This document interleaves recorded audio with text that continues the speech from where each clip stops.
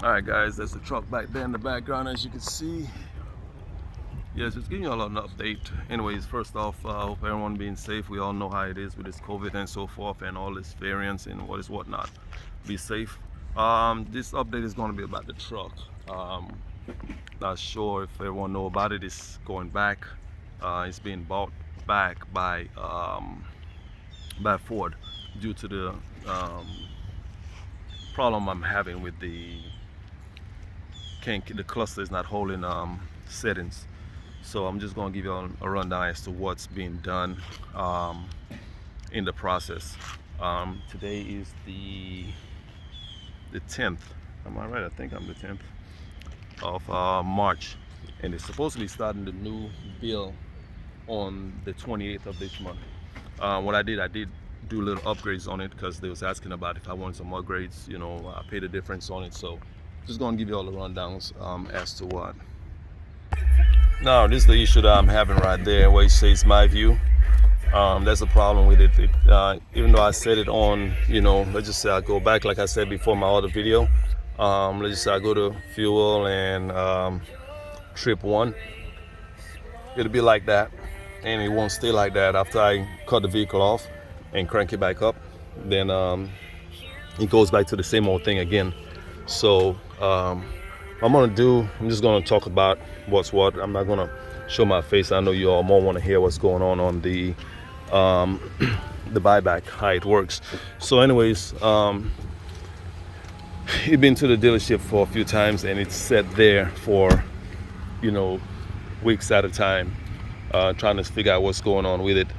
And pretty much what happened is that from going back and forth, I finally decided to contact 47, open up a case on it. And when I opened up the case, they then went ahead and you know, looked into it. I told them call the dealerships, you know, call the dealership, have everything written down and so forth. And every time I took it in, so they did all that, and then they decided to investigate it. And then when they investigated, they find out what's going on, that there's an issue, and you know, they know there's something that's going on that a lot of other people are having with it. So how it was, they told me that they're gonna, after they checked into it, I think it took about a month or so, they got back to me and told me, hey, give me on three choices. One, that they could replace the vehicle, same model, and if I do any upgrades, I'm gonna have to pay the difference on the upgrade. So pretty much it goes back to how much I paid for it, and it equals out towards whatever the 22 will be. So they did that, and the extras I added, you know, different color. I added a roof, a panoramic roof, a sliding back door, and the 7.2 kilowatt from the 400 watt system I had for the plug-in generator, so forth. Now from that point, now the other choice that they gave me was to, if I wanted,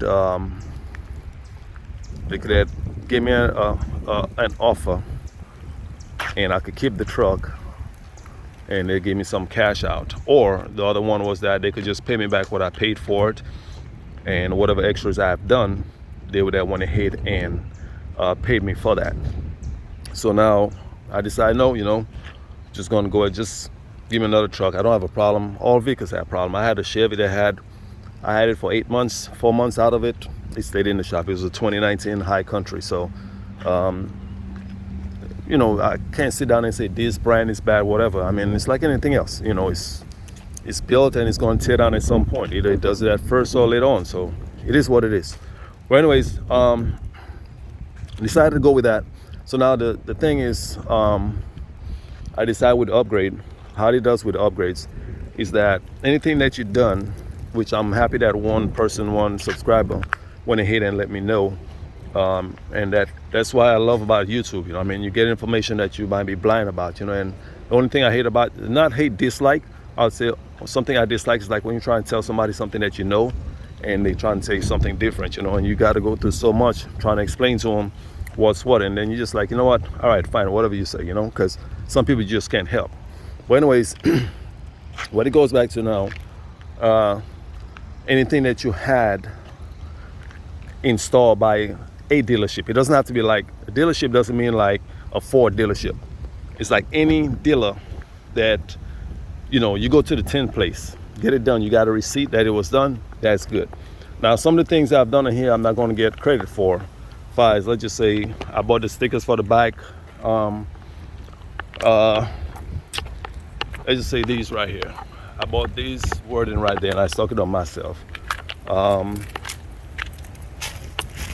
bought this lettering back here. Not the logo, just the F-150 logo. I bought these and put this on myself.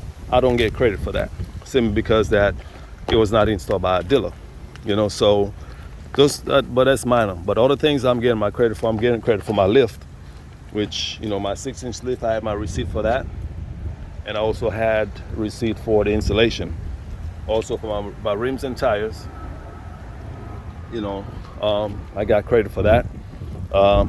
I had this painted. I had the emblems painted also. I had a receipt for those, and I got reimbursed for that also. But it haven't been done as yet. It's all being credited.